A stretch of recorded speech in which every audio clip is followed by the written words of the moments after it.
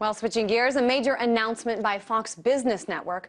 They are dropping 3 of their primetime shows, including the show Freedom Watch, hosted by Judge Napolitano. Freedom Watch was one of the top-rated shows on Fox Business Channel, and so far there hasn't really been a reason given for the cancellation. And according to a Fox press release, Freedom Watch will be replaced by re-airings of shows run earlier in the day. I want to talk more about this, but first let's take a look at a few clips of Judge Napolitano that will give you a peek of his show and his viewpoints. In what he has done and in what he will become, the Thomas Jefferson of our day, Ron Paul, is one of us. But Senators McCain and Levin have added this legislation which would authorize the president to declare the entire United States of America, all 50 states and all territories, to be a battlefield. The government of the United States shreds your rights every day. It taps our cell phones, it reads our emails, it kills people abroad with predator drones, it strip searches an 87-year-old grandmother in a wheelchair at an airport. All right, so not your typical Fox News principles here. Judge Napolitano talks about Occupy Wall Street, the National Defense Authorization Act. He's been consistently pro-Ron Paul and anti-war. We'll also talk more about what the cancellation of this show means in terms of the public discussion. Let's go to Wayne Allen Root, a libertarian and author. He wrote the book, The Conscience of a Libertarian, Empowering the Citizen Revolution with God, Guns, and Tax Cuts. All right, Wayne, this was a prominent show and a different show for Fox. For people who aren't familiar with it, talk a little bit about what Judge Napolitano brought to the forefront of discussion on his show. Sure. Hi, Kristine. It's great to hear from you. And I think it's important to note that it is Fox Business Network. It's not a political network, so they were taking a very big chance with a show like Judge Napolitano's Freedom Watch. So it's not your typical show you'd find on a CNBC or a business network, so it was unusual.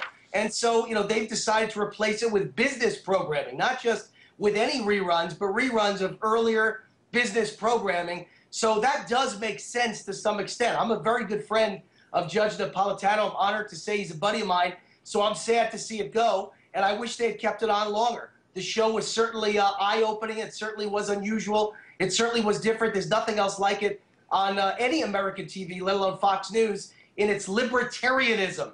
Libertarianism, of course, is fiscal conservatism and also socially liberal or moderate, and also for civil rights and individual rights and personal freedom and economic freedom. And really no other show quite touches on it the way Judge Napolitano did at Freedom Watch. So very sorry to see it go, but not necessarily something you could be angry at Fox Business at, because CNBC would never allow a show like that on in the first place. So let's give Fox credit for being willing to take a chance on a very out-of-the-box libertarian TV show in the first place. Well, they took a chance, and, it's, A, not CNBC, and B, it is Fox Business Network under the umbrella of Fox. They took a chance, and it wasn't necessarily a failure, and we don't have to point our fingers here just at Fox, but let's talk about libertarianism, as you say. How does the coverage of libertarianism and of issues embodied by libertarians, these issues aren't covered by MSNBC, CNN, or Fox. Why not? Right. Well, here's the thing. Let me say, in the last 3 years, I've been a guest about 75 times on Fox News, and maybe once or twice on CNBC, never on MSNBC, never on CNN, and now I'm a regular contributor to FoxNews.com. So you can't say Fox News is anti-libertarianism or anti-libertarian or libertarian party.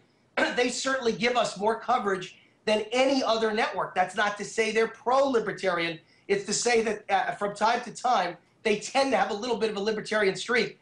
And I never attack my friends. I'd rather attack my enemies. So I try and be nice to Fox. But I will say this, libertarianism has 2 problems if you want to sell it. I'm the most honest person about libertarianism in this country. I tell you the weaknesses. Number 1 is libertarianism is not pro-corporations or corporate welfare. And when you're not pro-corporate and a TV network or a radio network has to sell advertising to corporations, you wind up with problems, which is why perhaps Judge Napolitano's show isn't on. Probably the same reason Glenn Beck's show is no longer on Fox News. There's a real problem selling an anti-libertarian, an anti-corporate feeling on a network that has to take ads from corporations, and that's just a reality of life. But number two, libertarians, Kristine, can make a change that sells libertarianism, for number two. And the problem is, I don't know if you're a football fan, but Tim Tebow is the most exciting football player in America today. And after his last playoff victory, forget about football. It was a football victory, but 96 million people all over the world Googled John 3:16, his favorite biblical saying after he won that game. What makes Tim Tebow so special that he can sell religion while playing a football game? Enthusiasm, energy, passion. The Libertarian Party doesn't have a lot of spokesmen who have enthusiasm, who have energy, who speak on an emotional level to Americans instead of an intellectual level. And I think that's the big turnoff that's hurt the party and libertarianism for many years. I mean, they change that if we want to make it popular. They may not have a lot of enthusiastic spokespeople, but they certainly have one, and that's Ron Paul. I mean, Ron Paul, I've covered him for years now. I've been at his rallies. I've been at his speeches. There is no lack of enthusiasm there. And I mean, let's talk about Ron Paul. Judge Napolitano spoke about him often, spoke about him in a very favorable light. That's probably, you know, I know a lot of viewers who watched his show were also major Ron Paul supporters. They're going abuzz on Twitter today after hearing about the cancellation of his show. So where will the next venue be? You know, as you say, the corporate media doesn't necessarily embrace libertarianism. So where can the next venue be for people like yourself, like Ron Paul supporters who have no lack of enthusiasm, be for this kind of discussion? Well, first of all, I put an article out that Fox News was very willing and happy to publish, and millions of people saw it. And it was called, you know, the Ron Paul phenomenon, explaining and understanding the Ron Paul phenomenon. It was a lead story for almost an entire week at foxnews.com just a few days ago. So Fox News isn't anti-Ron Paul. They've got him as a guest more than any other network. And what I said in that story is Fox, the brand of enthusiasm and passion that Ron Paul brings and brings young people along with him has got to be embraced and accepted and not ignored or put down by the Republican Party, or they're not going to win the election. They can never beat Barack Obama. So I agree with you.